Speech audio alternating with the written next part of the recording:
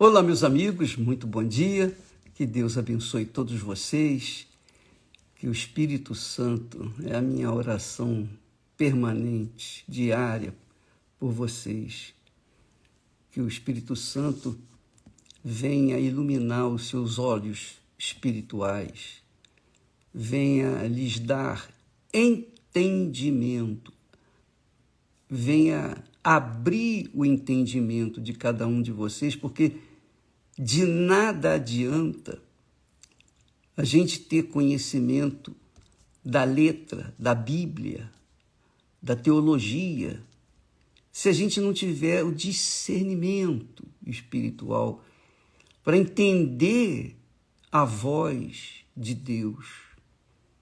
Porque Deus é Espírito. Deus é Espírito. E para você se comunicar com Ele, você tem que estar em Espírito. Por isso Deus nos deu Espírito, para que possamos ter comunhão com Ele, ouvir e obedecer a sua voz.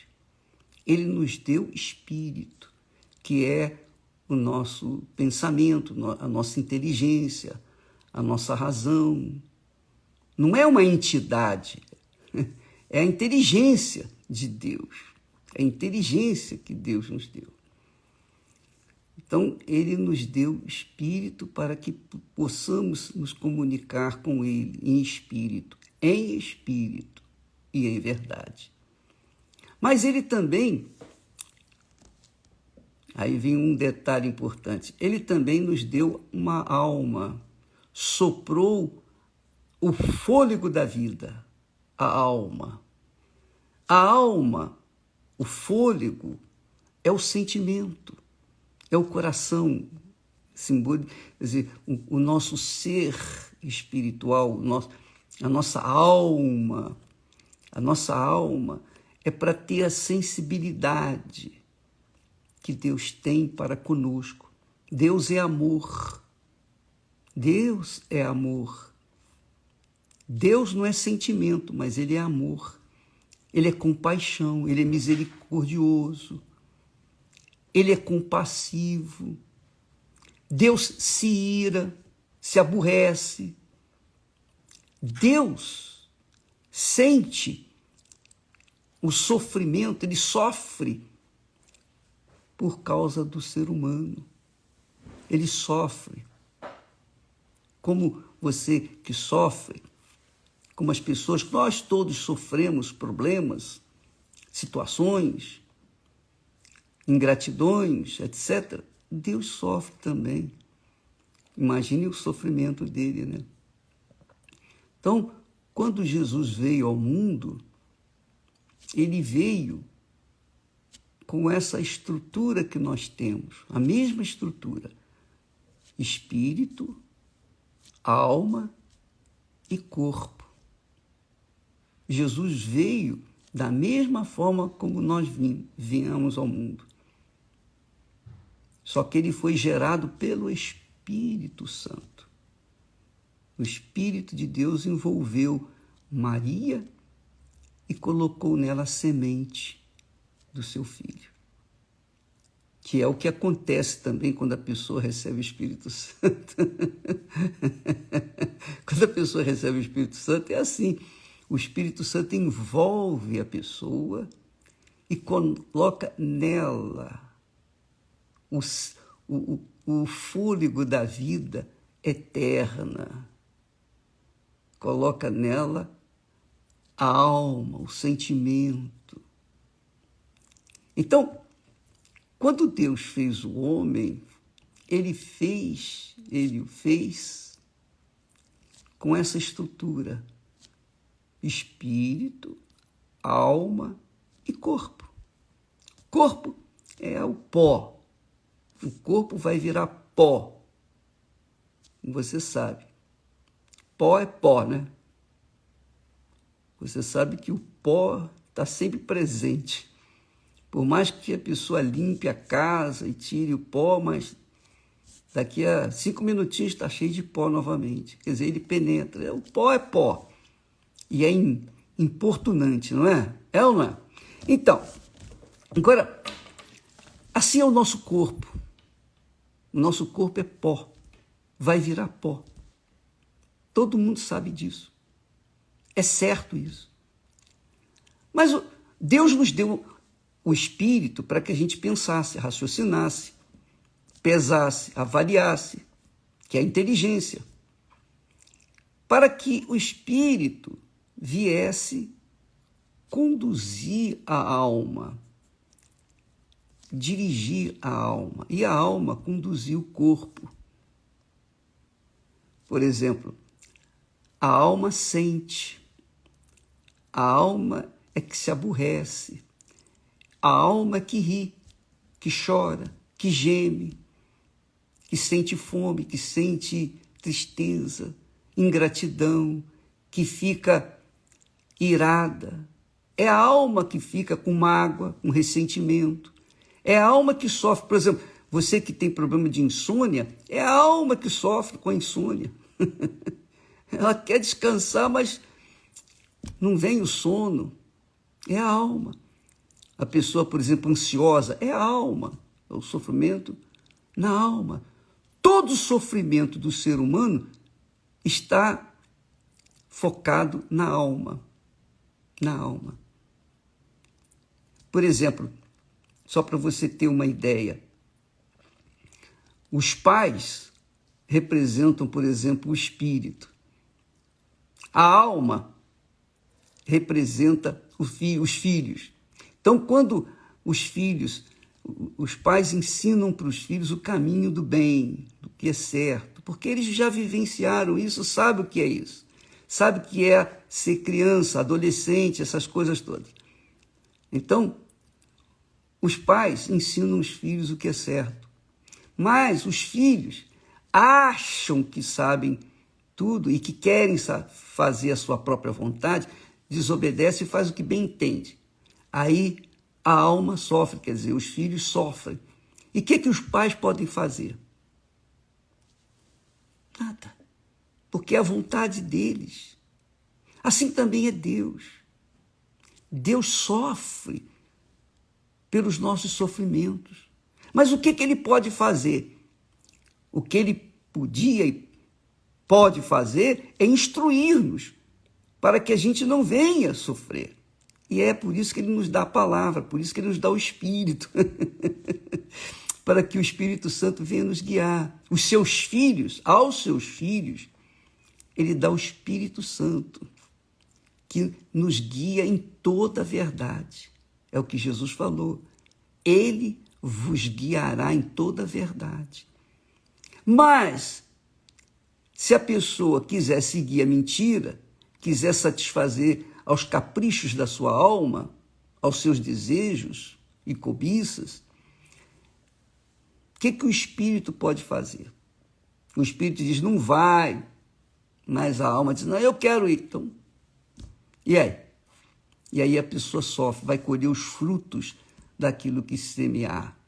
Ora, onde que eu quero chegar? Eu quero chegar ao seguinte, Deus, na sua infinita sabedoria, criou, então, o espírito, a alma e o corpo para o ser humano. O espírito se comunica com ele, com a inteligência, com a sabedoria. A alma vai se comunicar com quem? Com quem? A alma quer se comunicar com outra alma, não é? Então Deus criou o homem, macho, e criou a mulher, fêmea. Duas criaturas para se completarem. Essas duas criaturas viriam gerenciar, administrar toda a terra, tudo que Deus havia criado. Mas eles se rebelaram e, por conta disso, colheram seus frutos podres. Ora, a humanidade cresceu dentro desse contexto de rebeldia. Então, quando, por exemplo, você sofre quando seus filhos são rebeldes, é por isso. Porque o pecado já vem desde Adão e Eva. Mas é interessante você notar o seguinte, que Deus criou o homem e a mulher para se completarem. Porque é impossível o homem ser feliz se não tiver a sua esposa do lado. É impossível. Não há felicidade. Porque é o complemento do homem. Não é simplesmente uma mulher, uma fêmea. Não. Um completa o outro. Um completa o outro. E Deus já instituiu essa regra para que um viesse depender do outro. E quando os dois se casam, então começa uma família. Aí tem início uma vida nova, porque aí vem os filhos e etc.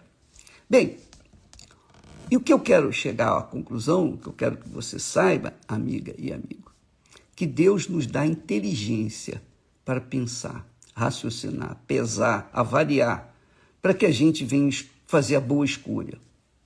Então, enquanto o homem não encontra a sua esposa, ele vai ser incompleto. Se ele encontrar a pessoa certa que encaixa com ele, então ele vai estar perfeitamente completo. Ele vai ser feliz, porque um vai completar o outro. Mas se o ser humano, se o homem não encontrar essa pessoa certa, casar errado, ou se ela casar errada também, eles vão sofrer as consequências. E é o que nós temos visto por aí. Pais separados, quem vai sofrer? Mais os filhos, porque os filhos vão sofrer a solidão de não ter um referencial de pai, nem o referencial da mãe dentro da sua própria casa. E a sociedade está se destruindo dessa forma. Mas graças a Deus que a palavra dele nos dá a direção para que nós venhamos nos comportar de acordo com o que diz. Porque é o que Deus falou. Não é bom que o homem esteja só. Olha só, Deus se preocupando, não é bom que o homem esteja só. Ele poderia ter feito o homem com a capacidade de colocar um ovo, por exemplo, e o ovo gerar uma criatura. Mas não. Ele fez uma pessoa que pudesse ter comunhão com o ser humano. Eu tenho ouvido falar, por exemplo, só para ilustrar, quando o sujeito vai preso e ele é colocado na solitária, a solitária é a pior prisão que tem. Por quê? Porque a pessoa fica só, ela fica literalmente só e mais ninguém. Ela não tem com quem falar, ela não tem com quem dividir os seus pensamentos, seus sentimentos, suas emoções. Enquanto estão todos juntos, eles estão ali, um falando com o outro, um distrai o outro. Um conta uma piada, o outro fala uma outra coisa, etc. Enfim, eles se comunicam. Eu estive na prisão, eu sei o que é isso. Então, há comunicação. Mas quando o homem é deixado só, numa solitária, o sujeito geme.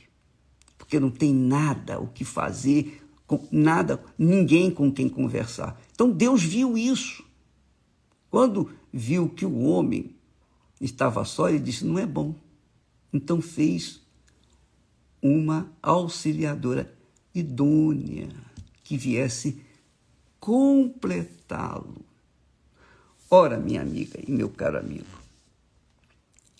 eu quero que você saiba que não adianta você conquistar mundos e fundos, não adianta você investir na sua educação, na sua capacidade intelectual, ser uma pessoa importante, inteligente, capaz, se você não tiver uma pessoa idônea que lhe complete, você vai ser frustrada, frustrado. E é isso que a gente tem visto.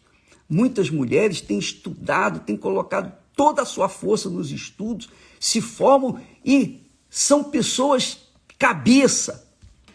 Aí depois elas encontram a dificuldade para encontrar um homem que seja cabeça, que venha ocupar a parte na vida dela, para que ela então venha entregar-se e colocar os dois complementarem um ao outro, porque o homem é o cabeça, a mulher é o coração, é a alma. Quando junta cabeça com a alma, então nós temos aí a igreja do Senhor Jesus. Jesus é representado pelo homem no casamento, ele é o cabeça. Jesus é o cabeça da igreja.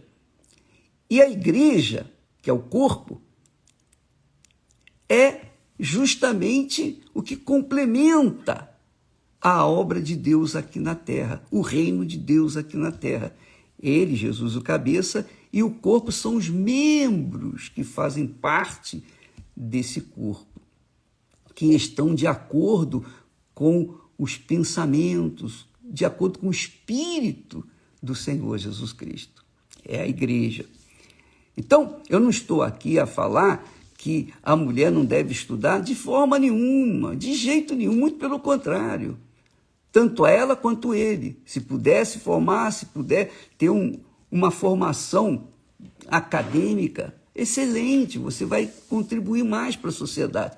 Só que, às vezes, é exatamente isso que tem acontecido. As pessoas investem na educação e se esquecem do lado emotivo, do lado coração. Então elas dizem assim, não, eu vou conquistar, eu vou vencer, para que eu não venha depender de homem nenhum. Pronto, já começou a errar. Porque se você não quer depender do homem, então você não quer formar um corpo.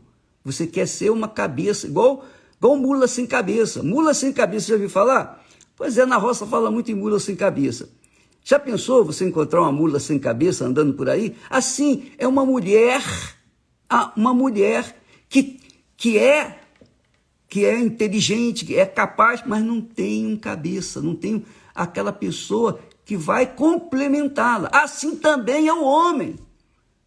O homem pode ser formado, capaz, inteligente, um cientista, mas se ele não encontrar um corpo, que é a mulher, que é a alma,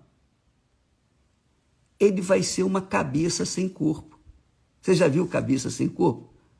Você já viu uma cabeça andando pela rua? Não, cabeça precisa de pernas, de corpo para poder se mover, pensar e agir. Então, um complementa o outro. O homem é o cabeça. Deus criou o homem para ser o cabeça. Ele criou a mulher para ser o corpo. Um não pode viver sem o outro. Um depende do outro.